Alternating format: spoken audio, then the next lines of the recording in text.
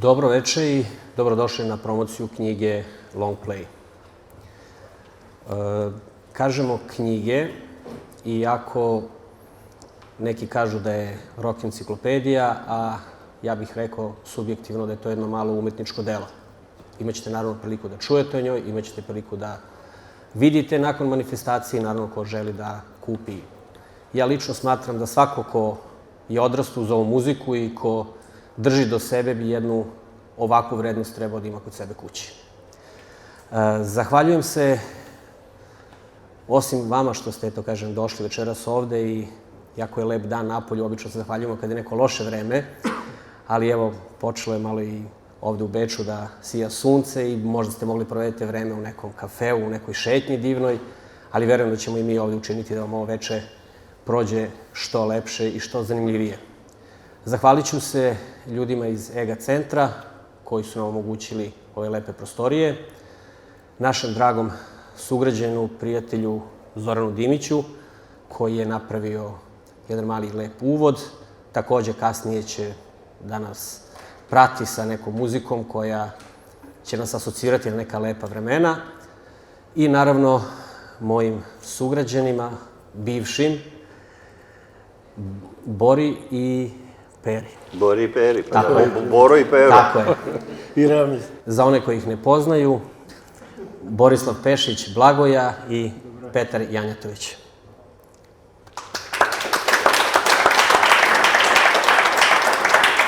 Moje ime je Dragan Mišković. Večeras neću toliko smetati kao obično. Pustit ću ljude od struke da pričaju o tome. Predstavit ću, eto, mislim da gospodina Peru ne treba puno i da predstavljamo. Rock kritičar, pisac, da kažemo neko ko je dugi niz godina na našoj rock sceni. Takođe, on će faktički pomoći u razgovoru večeras. Jedan od recenzenata knjige i naš autor Blagoja. Kako on voli da kaže, počeo je kao dizajner, je li tako? Da. Nastavio kao Ne znam, sad ja ne mogu da se setim tačno šta piše, morat ćeš da pročitaš. Dobro. I evo došao je i završio je kao fotograf. To ti je sada osnovno zanimanje, je li tako? Mikrofon je... Možeš, molim te. Dobro večer. Sad i mene čujete.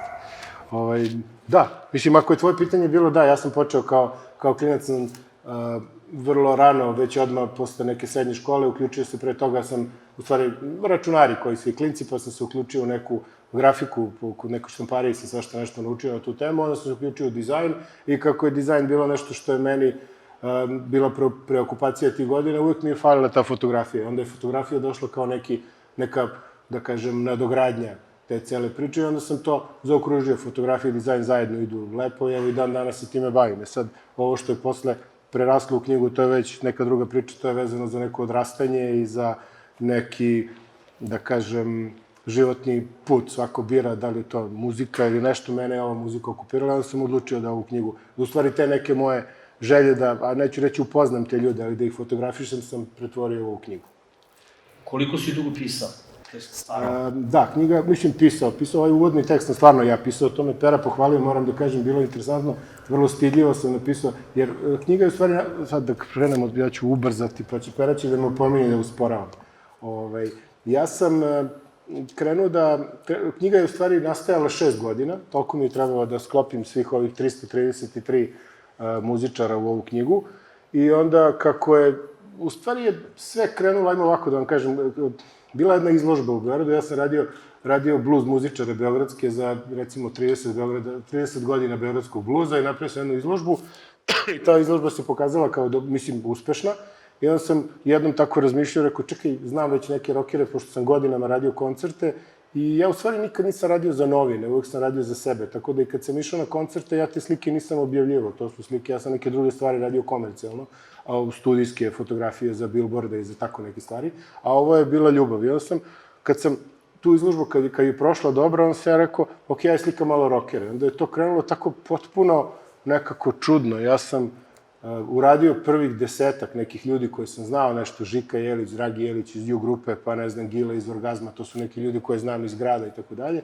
I onda se to proširilo i prosto taj spisak muzičara koje bih ja da fotografišem je porastao. I vrlo brzo sam došao do skoro nekih 100-ak beogradskih muzičara i to se onako baš se nagomio. U stvari, lažem, nije bilo, ali recimo 60-ak je bilo u tom prvom nekom naletu. I onda sam shvatio da to nema kraja. Ja sam jednu noć krenuo da pravim neki, ja sam to nazvao spisak želja za rođendan. U stvari, koga bih sve volao da fotografišem od te stare naše, da kažemo, jugoscene.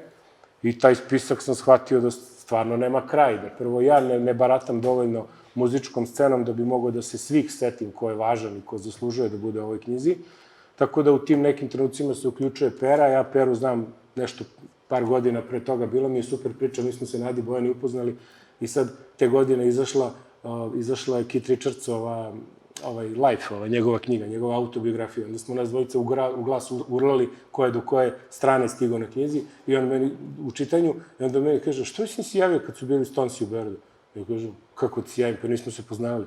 Kaže, pa ja sam radio ono što se ljudi slikaju s njima. Kaže, mogu si slikaš s njima. Sad je kasno. Tako da je to ostalo kao neka anegdota, ali sad šta ćemo. Tako da sam dobio od Pere neki dobar vetar u leđa i onda je taj spisak narastao i onda je se otvorila i Hrvatska i Bosna i Slovenija i tako dalje i tako dalje. Da li si obuhvatio sve bivše republike? Da, imam, mislim, sad šta su republike, šta su, ali ceo region, u stvari, u ovoj knjizi je sva muzika koja je, da kažem, mene zanimala. Znači, to su većinom ljudi iz roka, ima nešto ljudi iz bluza, nešto ljudi iz džeza i ima neki broj ljudi iz pop muzike. Sad, diskutabilno je šta je pop. Mislim, meni su, recimo, Novi Fosili bili jako slatki. Kad sam odrastao, oni su iskakali iz frižidera i sa televizora i sa svega i te pesmice su, ajmo reći, meni bile okej. Tako da oni jesu u knjizi, ali cela rock ekipa je u knjizi i tih, kažem, nekoliko ljudi iz bluza, nekoliko iz džeza i šta je bilo tvoje pitanje? Zabavna muzika. Spomeni koga imaš iz zabavne muzike. Knjiga obuhvata period od 50 godina, od 1950 do 2000. Volio bih Peru da pitam, Pero, posle ćemo se vratiti na ona lepša vremena. Šta se dešava sa rokom posle 2000. godine? Ima li ga uopšte? ja volim da parafraziram Franka Zappu, koji je jednom prilikom rekao da džez nije umro, ali da je počeo da se osjeća. I tako se i rock muzika zadnjih 20 godina osjeća, ali nije umrla. Tako da ima aktivnih, ima odličnih bendova, samo što oni prosto odrastaju u sasvim drugačijim uslovima i prosto je nemoguće porediti karijere bendova koji su nastajali 70-ih i 80-ih sa ovima koji se bore sa šumom nove muzike, internetom i tako dalje, ali svakako da ima bendova i svakako da ima muzičara koji bi apsolutno zaslužili da se nađu u ovoj Borinoj knjizi, ali prosto mi govorimo o jednoj jako velikoj, jako plodnoj sceni i vrlo je teško bilo napraviti spisak ko da se nađe u knjizi. Imali smo, Bora i ja, nekoliko teških noćnih rasprava gde sam ja se oštro suprostavljao ulaženju nekih ljudi u knjigu i obrnuto zalagao se za neke, što je sasvim normalno, svaki izbor je veoma subjektivan i sam čovek 2 godine kasnije se pita što sam stavio ovoga, što nisam onog, u krajnjoj liniji, to je moje iskustvo sa enciklopedijom. Meni je jako drago što Bora u knjizi ima i Đorđe Marjanovića i Lolu Novaković, dakle, neke od stubova te takozvane zabavne muzike, onoga što je generalno bilo i u korenu jugoslovenskog rock'n'rolla. Tako da je zahvatio i horizontalno i vertikalno. Od kada ste se vi uopšte uključili? Znači, ovde su neke muzičke legende, da kažemo pod navodnicima, a za vas bi mogli da kažemo da ste legenda novinarstva. Kad ste vi počeli da... To legenda znači da sam mator, jel da? Divna stvar mi se to prepuštam publici da samo oceni. Kupujem juče kartu za tramvaj ovde. Frank kaže, izvinite, jedno indiskretno pitanje. Jel imate više od 65 godina? Kažem, da. Onda je jeftinija karta. Tako da, okej. Ipak imate benefite neki, jel tako? Pa da. I treba uživati u njima. Pa kad je, dakle, jedna od bitnih stvari koje Bora nije rekao je da je jedan neobičan eksperiment on sa ovom knjigom napravio. Jedna barska drvena stolica je putovala sa njim po celom prostoru bivše Jugoslavije. Evo je. Dakle, na toj stolici je sedelo preko 350 jugoslovenskih muzičara i muzičarki. Ona zaslužuje.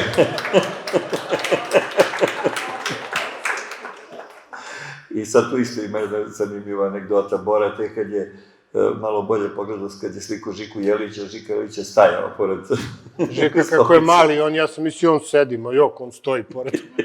Tako da jedini u knjizi Žika ne sedi. Nije jedini. Žika ne sedi na stolici, Gabi Novak je rekla, molim vas, mladiću, ja se neću pentrati na ovo. I Franci Blašković je rekao, šta? Tu si stavio 333 dupeta raznih, ja sad da sedem, nema šanse. I onda je stavio svoju bas gitaru, tako ispalo još bolje, ispalo je kao fora. Evo, vraćamo. I dakle, nosio je razlaz svoj, crnu draperiju i u principu svaka fotografija izgleda kao da je snimana u jednom istom studiju. I on je imao taj svoj porta studio. I na taj svedeni način je negde provocirao muzičare, dakle svako se pojavio sa svojim instrumentom i svako je nešto uradio, da li neki geg ili način na koji se, da kažem, obraća svom instrumentu, tako da je to bilo jako zanimljivo i ja sam onda, gledajući te slike, kapirao koliko sa tim ličnim pečatom može da se dobije u jednom identičnom ramu, u jednom identičnom okruženju. I onda sam, dakle, Bori tu kao nešto sugerisao neke ljude i ideja njegova je svaki muzičar da mu pošalje svoju biografiju i neku anegdotu iz života. I sad je na kraju ispalo da sam ja, ajde da kažem, redigovao ili malo utezao te njihove biografije, pošto ljudi sviraju, a ne pišu, dakle, svako svoj zanat ima u svojim prstima. I oko tih anegdota, a neki su bili dovoljno lenji da nikada ništa nisu poslali, pa sam ja onda kao anonimno pisao njihove biografije i ponegde i neke anegdote koje su mogle da se stavaju. Znači, onda je ovo prilika da o nekima... Pošto većinu anegdota ne mogu da stavim u knjigu. Znači, onda je ovo jedinstvena prilika da nečije biografije po prvi put pročitamo, tako? Pa da. Pa da. Da. I nekolicina nas je napisali neke kraće tekstove vezane prosto za sam događaj, tako da knjiga nije samo fotomonografija, već ima i ovaj veliki Borin uvodni tekst i to kako je došlo do knjige i kroz šta je sve prolazio, tako da je i za gledanje i za čitanje. Pomenuli ste, ne znam, jedan od vas dvojice, da je preko 350 ljudi slikano. Kako ste napravili izbor 333? Šta je to uticalo da se 333 izdvoji? I zašto baš 330? Da li to neka simbolika brojeva ili... Pa dobro, long play, 33 obrtaja, pa... Ne, ja znam, nego ljudi čuju. Dakle, negde sve je podređeno long play vinilnoj ploči. A sad, dakle, Bora kako je išao po gradovima, imao je jatake. I onda su ljudi, entuzijasti, opet neka naša ekipa, mu sugerisali razne muzičare, dovodili muzičare i sad je to u jednom trenutku počelo prilično da se razvija, da ide vrlo kapilarno. A negde kad je trebalo prekinuti, tako da su neki ljudi slikani, ali nisu dopali knjige. Pa da, teško je bilo, neko sad dođe i sve kažem neću, a neko ga doveo. Ajde, da ne pričamo o tome, uglavnom... A ne pripada, mislim, samo da kažem, to su ljudi to su pre svega ljudi koji ne pripadaju ovoj knjizi, ali taj neko je smatrao da bi taj neko bio dobar da bude u knjizi. Sad, svako ima mišljenje, ali ja sam na kraju morao da presečem uz veliku, stvarno, Perinu pomoć i jeste bila ta jedna ili dve, nije ni važno, ta noć gde smo se poprilično, nismo se posvađali na nivou svađe, ali je bila prilična rasprava ko može da ide, ko ne može. Ali na kraju, i posle svega, ovo je stvarno samo moj izbor. Zato ja kažem da ovo nije enciklopedija. Ovo je prosto moj izbor muzike za tih 50 godina. Ja sam, zašto je od 950? Zato što stvarno smatram da ti početci naše muzike ovde i u Hrvatskoj, i u Beogradu, i ne znam, i u Bosni i tako dalje su veoma važni, jer su oni u stvari proizveli sve ove kasnije ljude koji su se na našoj sceni pojavili. Onda je meni bilo bitno da ih okupim. Ne znam šta je bilo pitanje, opet.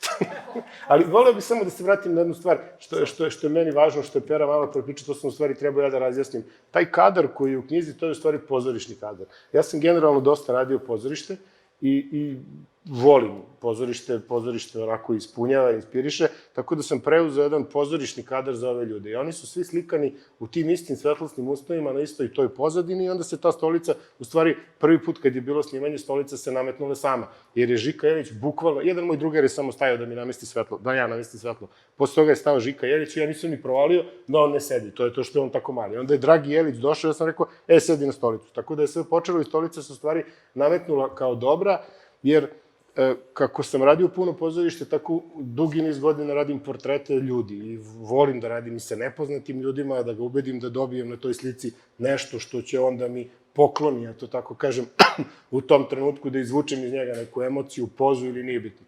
Tako da se i to onda nametnulo da su oni seli, da sam ja shvatio da je mnogo jednostavnije da oni s tim instrumentima sede, jer kad sam zamišljao ovo, nisam ja zamišljao da će ovo biti knjiga koja će region da spoji između ovih korica. Ja sam razmišljao, bit će to, ne znam, 20-30 ljudi iz Beograda, pa će to biti neka izložba. Međutim, kako je preraslo, shvatio sam da imam problem da imam u knjizi, ne znam, od 333 osobe, imam, ne znam, recimo 172 gitariste. I sad treba, ne znam, da jedan drži ovako, jedan drži onako, da ne budu svi ko vojnici, da ne bude sve isto. I to je onda bilo bitno u tom kratkom razgovoru s njima, znajući njihovu muziku i, ne znam, neke sam poznavao, neke ljude sam upoznao u tom trenutku kad su došli na snimanje. A trebalo je dobiti portret od njih, što ja mislim da sam, neskromno mislim da sam uspeo, jer volim da radim portrete i mislim da sam što se toga tiče uspeo. I da se vratim na taj izbor, što si ti u stvari pitao. Jeste, bilo je, slikano je malo više ljudi, ne znam tačno koliko, neki su ispali po nivou prioriteta, što su neki bili važniji, neki manje važniji za našu scenu. Jer naravno da većina ljudi koji su u knjizi su autori. I to je ono što je prvi nivo, da kažem, izbora da budeš u knjizi, su ušli autori. Onda posle toga su ušli, da kažem, jaki izvođači. Postoji, šta ja znam, N basista poput Neše Japanca, koji je by the way autor, za koga ljudi obično i ne znaju koja čovjek je snimio sve najvažnije ploče jugoslovenskog rock'n'rolla 90-ih, pa valjda i posle, tako. I pre. I 80-ih, da. On je recimo Bajagi snimio sve bas linije, na svim pločama je snimio Neše Japanac. Mislim sve, ali mislim čak da se... Važnije, da. Tako da, meni je bilo bitno da iznesem te ljude za koje se ne zna, da se pojave, da se ima njihova biografija, da ostaje neki trag. I ono što je Pera lepo rekao dok smo nas dvojica sarađivali na ovoj knjizi, on je rekao da je ova knjiga u stvari dobra kao neki informator, a svako koga bude nešto zanimalo, on će danas uz internet, uz ploče, uz ono naći šta je neko ostavio i zašto je u knjizi.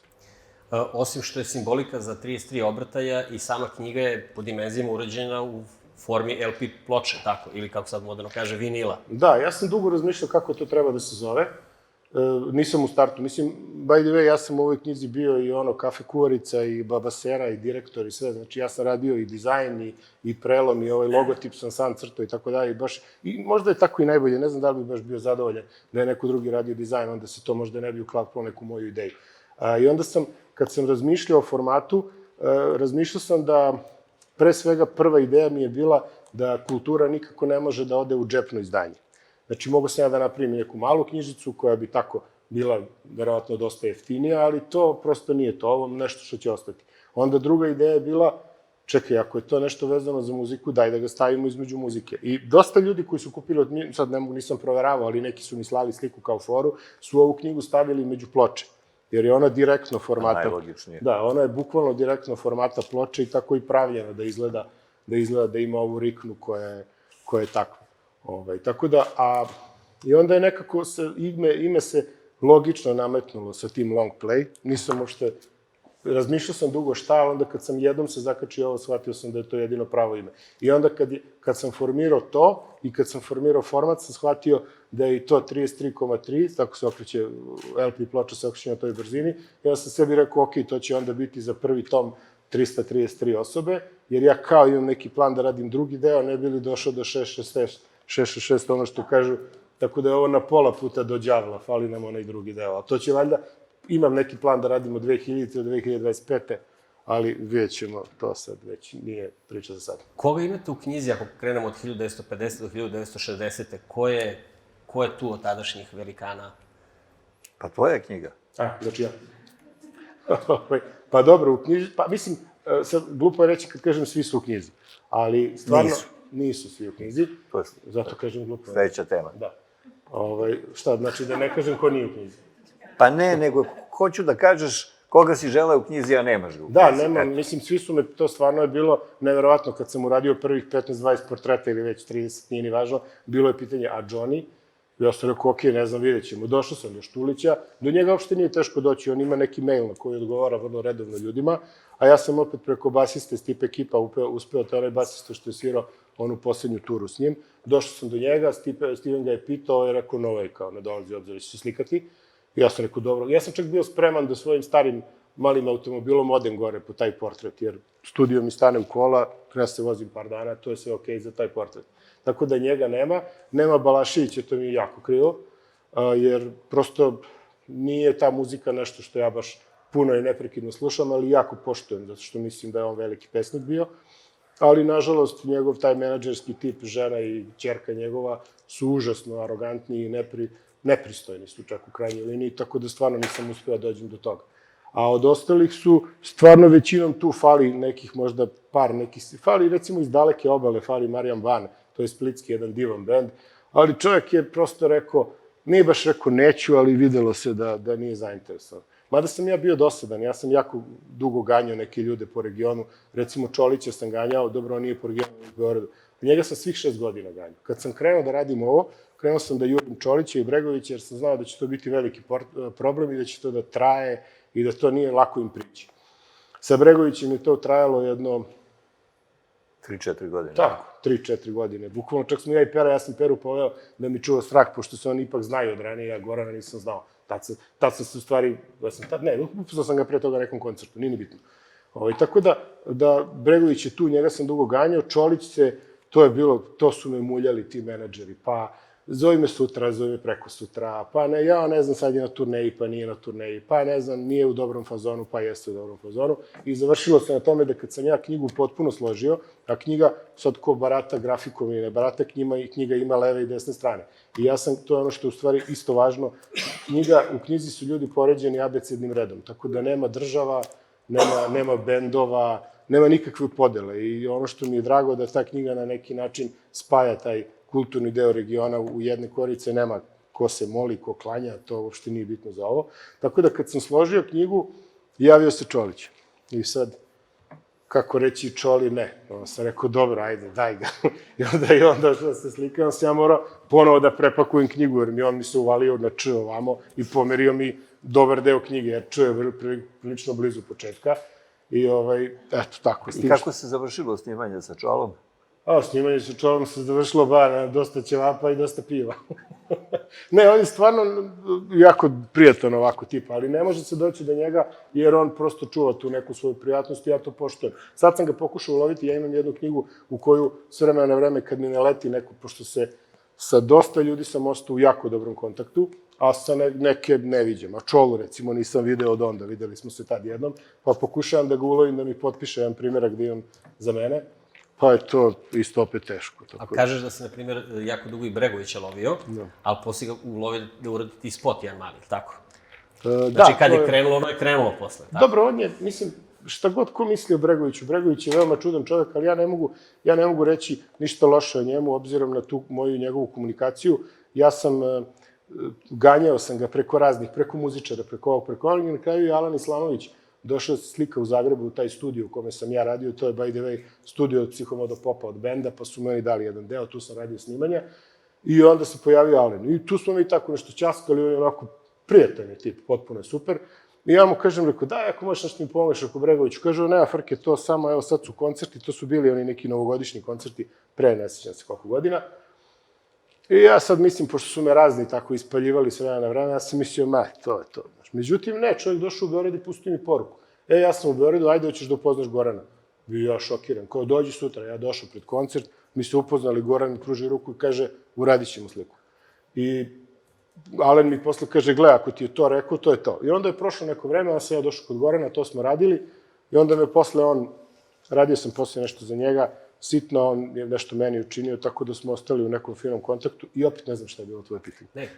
Izvinjam se, ja sam hodajuća digresija. Kažem, osim slike, uradio ti malu najavicu za to smo da, pa neki, da kažem, ajmo sad, neću reći, u stvari hoću reći, većina ljudi koji su mi pomogli na internetu, na mom YouTube kanalu, ima recimo nekih 20-ak videa, malih, kratkih, koje sam ja radio, gde su ti ljudi rekli nešto o knjizi. Pa je Bregović rekao jedno, 2-3 rečenice, ja sam ga malo snimio, zamolio sam ga, on je rekao, hoću, nema problema. Mislim, on je tako tip koji tako neke stvari hoće, a sad sam ga skoro, pre par meseci sam bio nešto kod njega, i onda sam ga pitao, radim neku novu izložbu s nekim portretima, on je rekao, neću, što sam ja tvoj ekskluzivni model, samo ćeš mene slikaš. Tako da neke stvari prosto hoće, neke neće, a ovi ostali videi su, ne znam, Gobac, Pera, moji stvarno dragi ljudi s kojima nisam mnogo i da ih ubeđujem da to snimim. Mada sam Peru terao da u Knez Mihajlove sedi na ulici, da ljudi prolaze oko njega. I na sve te razije. Čak da je jedan udario koferom, što se vidi na onom videu. A ti ga pogledaš, on stvarno čovjek ide, ja sam Peru stavio, viš kako dobro zvuči ovo. Pera je seo na jednu stolicu i lista knjigu i sad ga ja snimam i neki tip prolazi s koferom, ja mislim da ga je očešao. Znaš, je potpuno bez veze.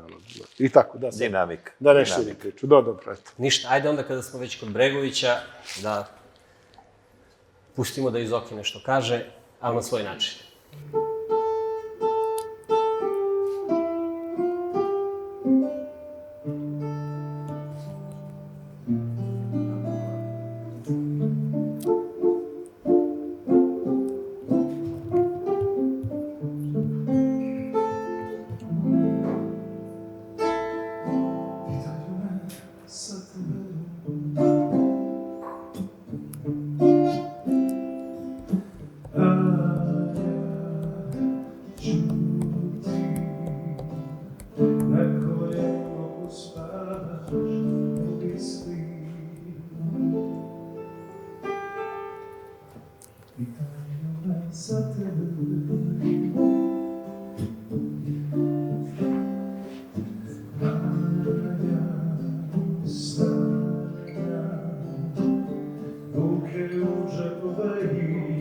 osjećam, gubiš se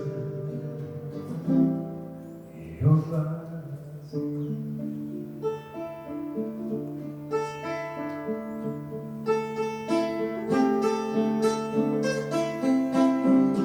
Jednu haljinu za novu godinu i odlaziš s njim, odlaziš s njim.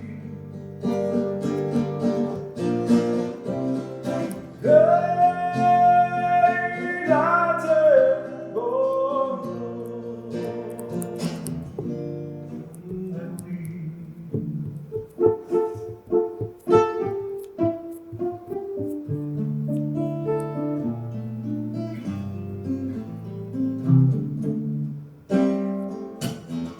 Pitaju me za tebe, a ja čutim. Na kojem boku spavaš, pomisli, budiš se i oblaži.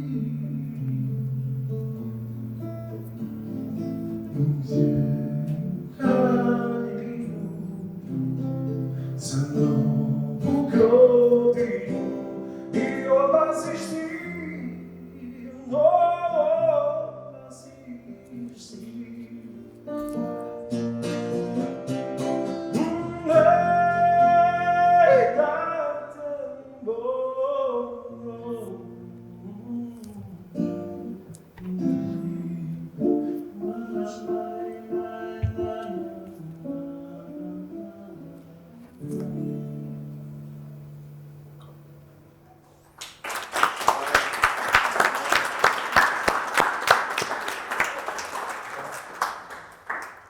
Polazna tačka i ideja ove knjige je da se kroz fotografije i tekstove na originalan način detaljno zabeleži bogata zajednička muzička istorija ovih prostora. Pa eto, volio bih od Pere malo da čujem, dok muzika nije postala ovo kako ste vrlo, ili kako si već vrlo metaforično objasnio, možeš li da nam kažeš kako je to kod tebe krenulo, kako si ti inficirao uopšte muzikom? Pa, to je jednostavno bilo, mislim, samo da im dije. Klik. To 10-11 godina, kraj 60-ih, na Radio Beogradu se jedan put nedeljno 2 sata emituje rock'n'roll muzika i to je dragocen izvor. I prosto nekako svi smo se primili na rock'n'roll i samim tim je bilo i logično da nastaviš u tom pravcu. Ja sam mogao, naravno, samo da sanjam da ću toga izživeti i zaslužiti penziju, jel da? Tako da je prosto jedan veoma značajan segment naših života, ta muzika. A ako pričamo o raspadu Jugoslavije, samim tim je i jugoslovenska rock scena dobila nažalost, na težini, upravo zbog tog nekog sentimenta i nostalgije, tako da je i ovaj skup portreta na neki način, hajde da kažem, emotivna istorija svih nas koji smo uz tu muziku odrastali. I meni je drago što se u Borinoj knjizi nalaze i muzičari iz, dakle, Republike van Srbije koji su afirmaciju stekli posle 1991. Dakle, nije ono kao to što je bilo u okviru države se ovde predstavlja, nego ima i vrlo bitnih i značajnih imena koja su nastavila da nose tu baklju, da tako kažem. Pritom mislim da će Bora mnogo bolje o tome da priča, ali zaista razne situacije koje on prolazio da bi se domogao određenih ljudi je prosto vratolomija za sebe. I jako je želeo i Bora i ja da u knjizi bude i Džigoni. Džigoni koji je jedan jako fini i komunikativan i vrlo lak čovjek za saradnju, ali prosto organizaciono je bilo dosta teško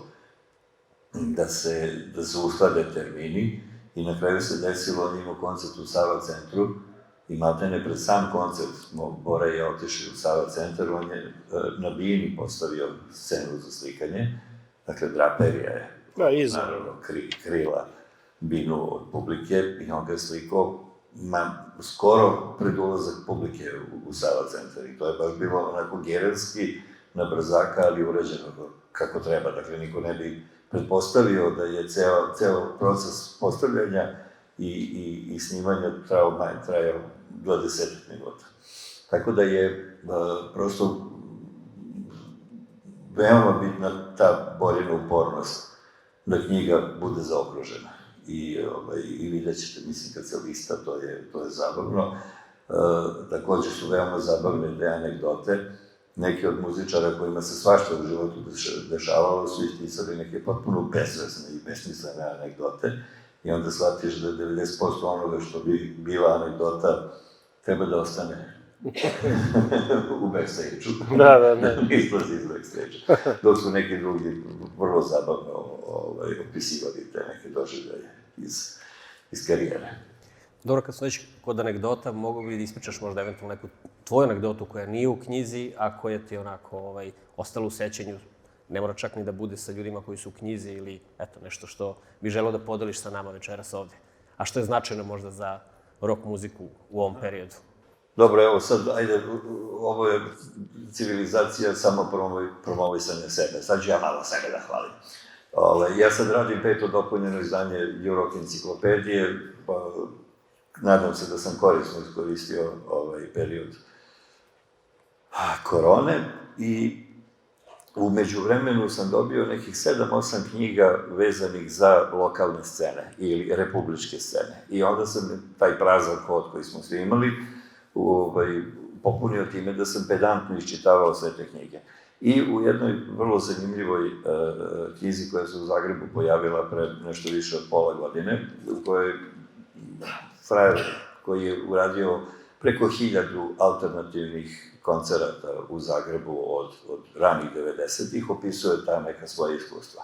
I sad priča, radio je koncert nekom kanadskom bendu i dan posle svirke on sedi sa nekom našom ekipom u Zagrebu, piju kafu i taj gitarista, Dan Boknar se zove, krene da ispituje kao kakav je rock'n'roll ovde, je li ga bilo i tako dalje. I oni ga odvedu u prodavnicu Croatia Recordsa i predlože mu nekoliko diskova da kupi. Između ostalog je kupio i živi album Azara Ravno do dna. I godinu dana kasnije on ponovo dolazi u Zagrebu na svirku i kako je došao kod ekipe, ovako zavrne. A on tetovirao Ravno do dna. Baš mu se dopalo. To je najbolji živi album koji je ikada snimljen, otprilike je rekao. Taj isti frajer sad je gitarista u grupi Arcade Fire. Tako da ko u Google može da ga vidi na koncertu i da pročita kako piše Ravno do dna. Tako da, eto, Johnny uticaj se širi daleko, po kontinentima.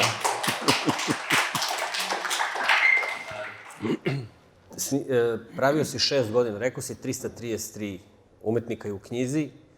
Za ovih 6 godina su nas puno njih napustili. Je li tako? Da li imaš možda brojku koliko više među nama od onih koji se nalaze u tvojoj knjizi? Da, ne znam tačno, stvarno ne znam. Nisam nikad, nekako mi je bilo, palo mi je trenutku na pamet da prelistam knjigu, da prebrojim, da saznam tačno, ali 20-ak, možda 25-6 ljudi, ne znam. Stvarno ne znam tačan broj. Da li ima neko do koga si želeo da dođeš, ali te preteko, eto? Da, ima nekoliko ljudi, pre svega ću reći Dino Dvornik, to mi je onako bila velika želja da one lude oči pogledam kroz objektiv. Svakako Tusta iz Kud idiota, on je nažalost i Tusta i Dvornik su otišli možda godinu dana pre nego što sam ja krenuo da radim knjigu i sad si me zateko, da, ne znam, ali dobro, u svakom slučaju ova dvojica bez daljnjeg i fali sigurno još neko. Ok, da ne pominjem ljude iz EKV-a, ja iz EKV-a u stvari imam samo bubnjare, jer svi ostali su nažalost pomrli od ovih važnih, tako da eto, njih svakako oni mi fali. A ja imam nekako, da se nadovežem na malo preperinu priču, ja imam neki usud sa bubnjarima. Moj najbolji prijatelj iz detinjstva je danas bubnjar. I nije u nekim velikim medijima, nije ni bitan, nikoga ni ne zna. Ružno sam rekao, nije ni bitan, ali stvarno čovjek nije gradio svoju karijeru. I onda se posle toga desio se Blagoje Nedeljković Pače. a to je bubnjar električnog orgazma. I u stvari sam zato ja Blagoje. Ja sam Borislav, moje ime je Borislav, ali me jako puno ljudi zna kao Blagoje i tako me i zovu, tako se odazivam. A kad sam bio klinac, kad je krenuo taj nadimak, bila je fora, tad su bili fiksni telefoni i mama se danima javlja i kaže, u jednom trenutku ona meni kaže, šta je bre, stvarno traži nekog Blagoju na telefon? Ja sam morao da kaže, znaš, mama, ja imam nadimak. A u stvari, mislim, nije neka sad specijalna priča, bio koncert, tad je Pače svirao u nekom bendu, zvali su se Beer Drinkers and Hellraisers i svirali su onako dosta dobar rock, onako, uglavnom cover band. I to se nešto završilo, ja sam imao neku tadašnju devojku, ja sam se nešto napio i ne znam zašto sam ja vikao bravo Blagoja, bravo Blagoja. Pritom je čovjek Blagoje, a ja sam Blagoja. Bez veze, ja sam tako urlao i čovjek je došao se pozdravi sa mnom, pokloni mi palice, izlazio 2 puta kao da mi mahne. Ja sam bio urlao tako, bez veze, i tako sam ostao Blagoja. Kažem, nije neka preterano pametna priča. Ali u nekom trenutku kad sam krenuo da radim knjigu, sve je počelo da se vratim na bubnjare od Dragoljube Đuričića, koja nažalost više nema. On je jedna ljudina veliki, jedan čovjek, onako uvek nasmejan, uvek vesel, uvek nekako pozitivan. Ja sam njega znao od ranije iz nekih priča, i onda kad sam ga zvao da se slika, on je došao i ja mu kažem, slušaj, Dragoljube, ja bih krenuo da radim Hrvatsku, onako dosta stiljivo. U tom trenutku sam bio u Zagrebu, imao sam neku ribu koja je iz Istre, pa smo se nešto nalazili u Zagrebu 2-3 puta, ali ništa, ja sam u Zagrebu znao do Bana i od Bana i to je bilo sve. I meni Dragoljub kaže, ne, imam ti ja, rešit ću ti ja za Zagreb, javit ćeš se Draženu Šolcu, ja ću da te najavim i kao on će da ti završi većinu toga po Zagrebu. Bubnjar zagrebački. Da, okej, da. I sad ja dođem kući i kažem, okej, Dražen Šolc, mislim, nikad čuo realno, on mi je rekao da je bubnjar Parnog Valjka i tako dalje, bivši do duše, i ja izgooglam, vidim faca neka, ali ono, kad se kaže Parni Valjak, ljudi obično vide Akija i Husa, oni su napred. I ništa, javi mi se čovjek na poruku i sve kao super i može, nema problema i ovo i ono. I kaže on, daj neki spisak ko ti treba. I sad ja onako iz glave, ne znam, Gobac, Rundek i ne znam što sam napisao, Massimo. Kaže on, ma to su mi drugari, nema frke, sve može. Aj kao daj još. I sad ja napišem, ne znam, ovaj, ono jedno. I on kaže, ma i to može. Kaže, ma napiši mi neki mail i ustavi mi mail, pite ljudi i kad ćeš da dođeš. Ja kažem, pa nemam pojma. A mislim da napomenem, sad to je možda, da li je skromno ili neskromno, ne znam, ali ja sam knjigu stvarno izgurao potpuno samostalno. Niko nije, sem divnih ljudi koji su uložili stvarno puno vremena. Pera je uložio ogromni trud, oči i vreme je poklonio ovoj knjizi, jer je isčitavao te tekstove, tražio greške, sugerisao mi i pričali smo satima o tim nekim stvarima u knjizi. I da premotamo nazad. Da. Izvinjavam se. Prebacim 45. Da, u svakom slučaju, meni Šolc kaže, ajde, organizuj se pa ćeš da dođeš. I ja njemu kažem, da, znam, evo tu sam stao. I ja njemu kažem, slušaj, ja sam mali siroti umetnik, ne mogu da budem sad u hotelu i da platim studiju, jer ja sam imao problem, ja sam morao da nađem bilo kakav ćošak negde da ću da montiram ne mogu ja na ulici to da radim, prosto takva je priroda fotografije koju sam već formirao. Šolc kaže, samo ti dođi, bit će sve u redu. I ja se spakujem, stavim nešto, par novčanica u džep i krenem u Zagreb mojim malim kolima i dođem tamo, parkiram se, popijemo neko pivo nas dvojice, ja mu kažem, jesi mi našao neki hostel jeftin, kaže on, ma ja, spavaš kod mene. I on kaže, ne spavaš, šta, ne, spavaš kod mene. I ja, da skratim priču, umesto planirana 3 dana, ostanem 8 dana, jer smo mi za 3 dana uradili snimanja, i ja se iz Zagreba vratim sa 26 portreta. Znači, Hrnjak iz Azre, Lajner iz Azre, Vedran Božić, Jurica Pađen, Rundek, ne znam, da ne nabrajam sad sve, ali prva liga muzičara, ja šokiram, vratio su gore, spavao kod Šolca, ovaj mi nije dao da idem kući. Tako da se meni taj Zagreb nekako potpuno dobro otvorio, ja sam sad tamo ko kući, meni je to druga kuća, i onda, da se vratim samo na bubnjare, u nekom trenutku se dešava divna priča, da se upoznajem sa Psihomodo Popom i krenem s njima bukvalno da živim maltene od prvog trenutka, jer bubnjar njihov se razveo i dobio mene debelog da mu kuvam, da živim s njim, on je onako mršav, super tip. Nažalost, bio, umro je, ali dobro, to je neka druga priča, tužno. U svakom slučaju, ja krenem da živim s njim u Zagrebu, faktički, više sam bio u Zagrebu nego u Beogradu, i to je opet bubnjar koji mi je mnogo pomogao, njemu hvala, Tigranu beskrajno hvala, jer veliki deo ove knjige je on zaslužen. Da se vratimo na postavljanje, recimo, seta za snimanje, on čovjek koji je bubnjar u tom trenutku je zvezda, mislim, Psihomodo je stari bend, on svira s njima od početka, on nosi ovu stolicu, ide, kači mi tu pozadinu, ja krenem da radim, on ode samo poslugu, kupi pivo, kupi nešto, ne, potpuno jedna divna osoba, tako da što se tiče i tih tehničkih stvari, dešavalo se, vezano za onu anegdotu, za najzanimljivije snimanje i tako dalje, Josipa Lisac. Jako je teško mi je bilo dođem do Josipa Lisac, dođem nekako i neki tip iz Zagrebačkog muzeja suvremene umetnosti me bukvalno prevari. Dogovorim se sve s Josipom i taj dan kad je trebalo bude snimanje, on mi se ne javlja na telefon. I ja ne mogu da dođem tamo da se slikam. I Josipa se na mene naljuti. I ja naredne, ja je zovem, ona meni Mladiću, vi ste mene prevarili, vamo. I ja kažem, dobro, i sad krenem da ih gnjavim, i u nekom trenutku se opet gnjavim u smislu zovem, pa stidljivo pustim poruku, jao Josipa, izvinite, ajte ako možemo da nešto. I ona me odbija, onda je Tigran pozvao i ona kaže, možemo da se slikamo, ali ćemo se slikati u jednoj cvećarni u Zagrebu. I to je neka fancy cvećara u kojoj sve košta 1.000.000 kuna, to su neke ogromne staklene vazne, i ja sad treba to da razmaknem sa Tigranom i nju da slikam. Pritom to cveće je ogromno i ulazi u kadar. I imaju fake, napravljene kao ovce neke, ali ih ima recimo 30 po toj radnji. I dok ja ovo nameštam, Tigran prepakuje te ovce u drugi deo. Čobančera ovčice. Žao mi je samo što nisam slikao, on ih je poređao jednu na drugu, tako da je onako stado bilo, vertikalno stado je bilo. I sad ja slikam, a Tigran bukvalno, ljudi, ovako drži neki fikus, filadendron, ne znam šta je, i ovako drži da ne ulazi u kadar. I eto, ima, to je što je Pera rekao za Džibonija, ima tako par snimanja koje su bili, eto, neobični. Ali u svakom slučaju da zaokružim, vraćam se na to da su meni bubnjari nešto suđeni, tako da eto, počevši od rane mladosti pa do današnjeg su mi bubnjari dobri drugari. Obzirom na vreme, Pero, koji ste investirali da pomognete Blagovi da ovu knjigu izda, da kažemo, da je pripremi sve što je bilo potrebno, kada biste se vratili u onu tačku vremensku od pre 6 godina da dođe ovako jedan momak da vas pita, da mu pomognete, da li biste sad prihvatili ponovo ili biste mu se zahvalili ili mu se jednostavno ne bi ni javili? Da izađem ja. Ma ne bih, naravno, ja to volim. Mislim, ja moram priznati da sam vrlo sumnjao da će on to da dovede do kraja. Ali sam podržavao taj entuzijazam i u krajnjoj liniji ne samo veliki trud, nego izuzetno mnogo i vremena i svega toga. I još kad je pričao, Bora je megaloman odmah, da se razumemo, to vidite i po njemu i po knjizi. I on je imao ideju da uz knjigu, u okviru knjige budu i 3 vinila ili 2 vinila sa njegovim izborom muzike. Ja mu pričam, čoveče, mislim, to je preambiciozno, preskupo, preteško, u krajnjoj liniji treba da vučeš te knjige, razmišljaj o tome. Pošto ja znam, moja knjiga je teška 2000. Opa! Kakva podsvest. Znači, opa! Oko 2 kilograma. I kad vidimo onaj paket od 10 knjiga, nije mi dobro.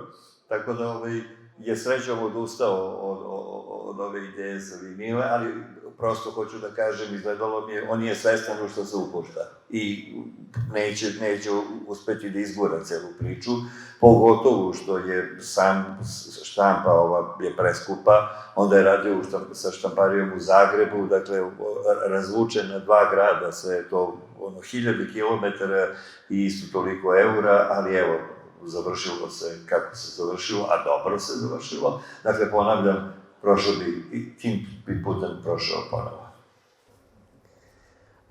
Boro, čini mi se da koliko već jedno 6 meseci ili više ste krenuli sa promocijom ove knjige, ili tako? Na pre korone. Pa ne, knjiga je izašla 2019. u oktobru, i to je valjda prva promocija bila u Zagrebu, čini mi se 10.10. Nije ni bitno, ali bio je prvo Zagreb, pa je bio Beograd, Rijeka, Banja Luka i tako dalje, i onda sam ja prekinuo oko Nove godine promocije, jer to nema baš puno smisla, i onda se pojavila korona i ugasila sve, onda sam ja sad, kako se malo pokrenulo, opet neke organizovao, guram dalje, što bi se rekao. Dobro, ovo je faktički prva evropska, ili tako? Da, ovo je prva evropska. Ako je čuo Hrvatsku da je u Evropi. Da, sad. Dobro, sad, nećemo se knjičariti. Tako. Pa jeste. Fizički. Kaži mi, obzirom da nema puno rock and roll muzike na našoj televiziji, nažalost, uopšte u medijima, kako su mediji ispratili tvoju knjigu? Da li si zadovoljan, da li misliš da može bolje, da li... Ja, mislim, bit ću jako iskren, nikako su ispratili. Jer, stvarno, imao sam veću pozornost, zato namerno kažem pozornost, veću pozornost medija sam imao u Hrvatskoj gde sam relativno nova osoba, ne računajući tih, 10 godina koliko se muvam tamo, ali ja u Beogradu nisam uspeo da dođem ni u kulturni dnevnik. Probao sam, oni su rekli, pa da, kao dobro, javit će vam se, ne znamo baš da li je to nešto što je za nas. Tako da iskreno na promociji je bila Nova S, oni su imali neki prilog i bilo je nešto malo novinara iz štampanih medija, ali što se tiče televizije, ne. Možda sam i ja kriv za to, jer ja sam u ovoj knjizi, kažem, bio sve i svašta, pa sam se valjda malo i umorio, mislim, moram priznati i da jesam se umorio. Kad se sve završilo, nekako mi je pala tenzija, jer meni je najvažnije bilo da ovo bude od početka do kraja dobro, da sam ja zadovoljan. A neskromno ću reći, ali ja sam zadovoljan na nivou da od 333 osobe mislim da ne više od 5 bih ponavljao. Znači sad kada bih imao priliku da uradim ponovo nečiji portret, ne više od 5 bih ponavljao na celu ovu količinu.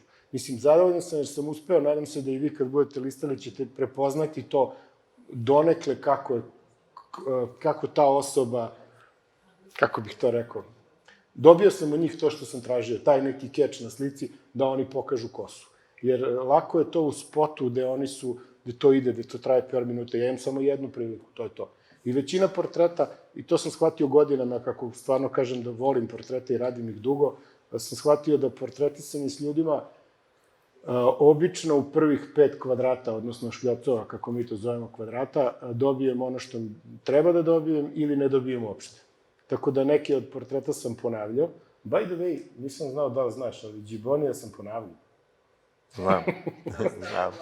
Ne, to je stvarno bila velika trka, on je bio i ljubazan i tu bio pera i sve je bilo okej, ali ja sam video na licu neki grč, on ima neku veliku tremu pre koncerta, to je ko Massimo, ne znam da li znate, ali Massimo ima neviđenu tremu pred koncert, to je, ne može da priča ni sa kim stoji sa strane.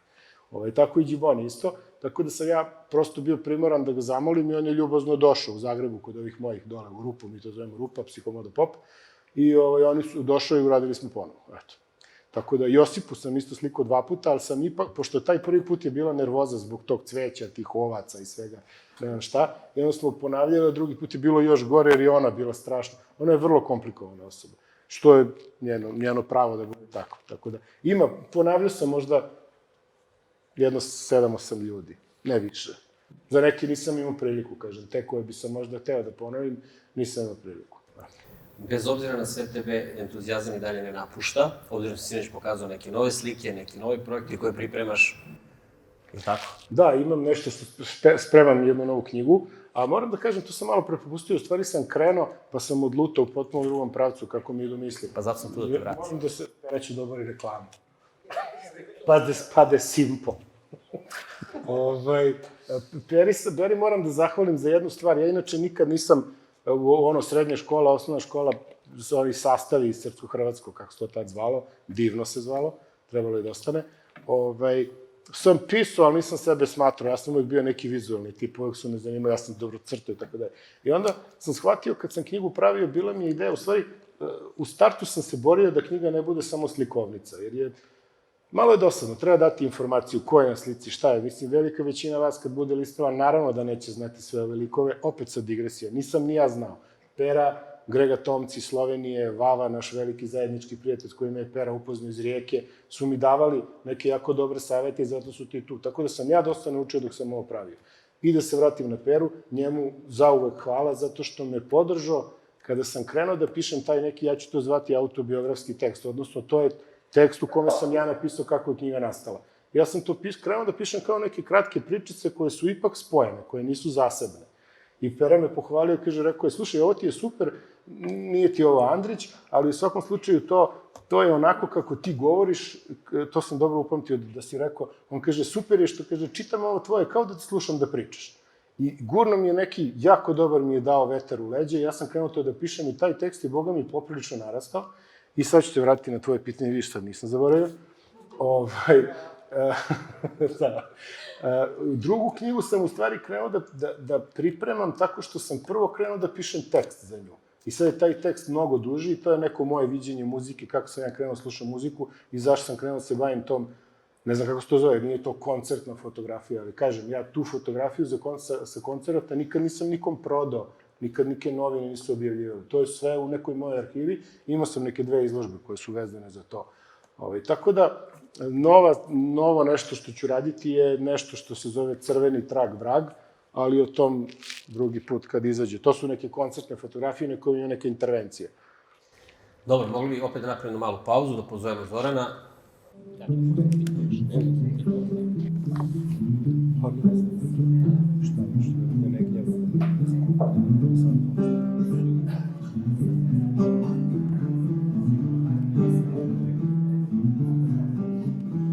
Tužna je naša ulica, od kada nisi tu. Pretužnu pjesmu pjevaju oni što postaju. Iste smo snova sanjali, isto se nadali. Ljubavi su i govori,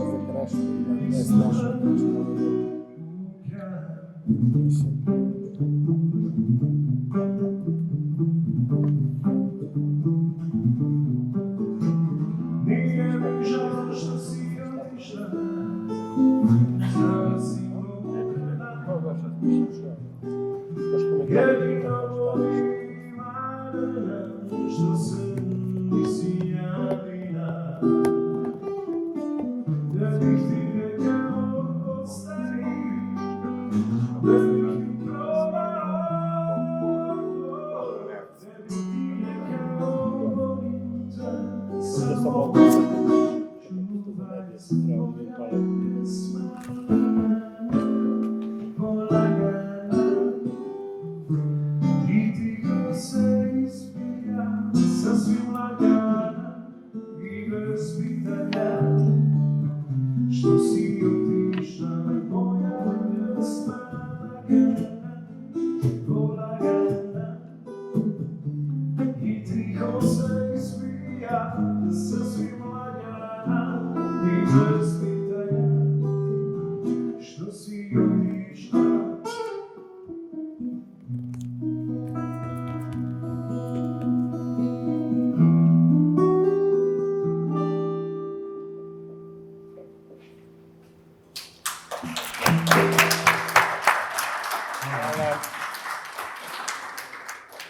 Polako se približavamo kraju promocije, ali volio bih da čujem, pričali smo samo o nekim afirmativnim stvarima, da li je bilo nekih šaljivih stvari, da li je bilo nekih grešaka koje bi možda želeo da nam kažeš ili ispričaš tokom rada na knjizi. Da, bila je, sad se sjetio kad, baš ono, bila je super fora, ima slovenački gitarista, meni isto malo poznat, ali kad se vidi njegova diskografija, vidi se da je svašta objavljivo, zove se Bor Zuljan. I ja nekako sam ubelezio Bor Žuljan. I pitam ja Peru, kaže Pera, pa jebe li ga, dobro si upisao. Nađem ja čoveka na internetu, pošaljem mu, nađem ga na Facebooku i kaže, zdravo, ja sam taj, pošto imao sam problem nekada da me ljudi neki zaborave, jer šta sad, bio neko sliko me, ne znam šta, i otišao, nema ga, a ja posle 3 godine se javljam. Ja mu objasnim ko sam, kažem, da, sećam se, nema problema, kao šta ti treba. Rekao, izvini, moram to te pitam, jesi ti Bor Zuljan ili Žuljan? Kaže on, ne, ja sam Zuljan. I ja kažem, važi, nema frke, evo ga u knjizi Žuljan. Ne znam šta se desilo, ne umem da objasnim. By the way, to sam malo pre rekao, stvarno, Peri do neba hvala, jer je, kad je sve bilo gotovo, kad je ova žena što je lektorisala te tekstove završila, onda je Pera uzeo sve to, nosio 3 dana na jednom splaviću na Savi, čitao, sve to ispravljao i bilo je raznih nekih, što sitnih, što oko, počuši od onog kud idioti i tako dalje, tih nekih grešaka, tako da je ispravljeno, ali evo, to je to. To je jedina greška? Pa ne, sad, da. Da, jedina je. Evo, ima sigurno nešto. Miško plavi. Jao, da, ima Miško plavi. Miško plavi se zove, pomozi mi, Miloje. Milivoje ili Miloje. Ili... On se zove ili Milivoje ili Miloje, to ne znamo. Jer svi ga znamo kao Miško plavi. I sad kod njega na strani piše, gore u zaglavlju piše Miloje, kako mu ime? Prevezno. Petrović. Piše Miloje Petrović, Miško plavi. A dole piše Milivoje Petrović, Miško plavi. I on me zove i kaže, brate, kako ovo? Rekao, jebik, izvini. Tako da, mislim, stvarno je velika količina. Trebalo je problem je bio tih ljudi dobiti te biografije i dobiti neke stvari, jer neki su rekli, vidi, došla sam slikana, sad još moram da ti pišem. Dobro, osrećemo, dosta njih ima na internetu jako puno, opet kažem, Pera i taj Vava, naš divni prijatelj iz Rijeke, on je stvarno mi je pomogao mnogo oko riječke scene, istarske i tako dalje. A da li je svako morao da se složi sa tom biografijom, objavljivanjem nečega o sebi? Da, bilo je, mislim... Da imate od njega? To je realno bilo prekomplikovano. Nisam smeo da se upustim u to. Bilo je nekih koji su eksplicitno tražili, ja sam im slao, većinom su bili zadovoljni, zato što su biografije, ajmo to zvati uopštene.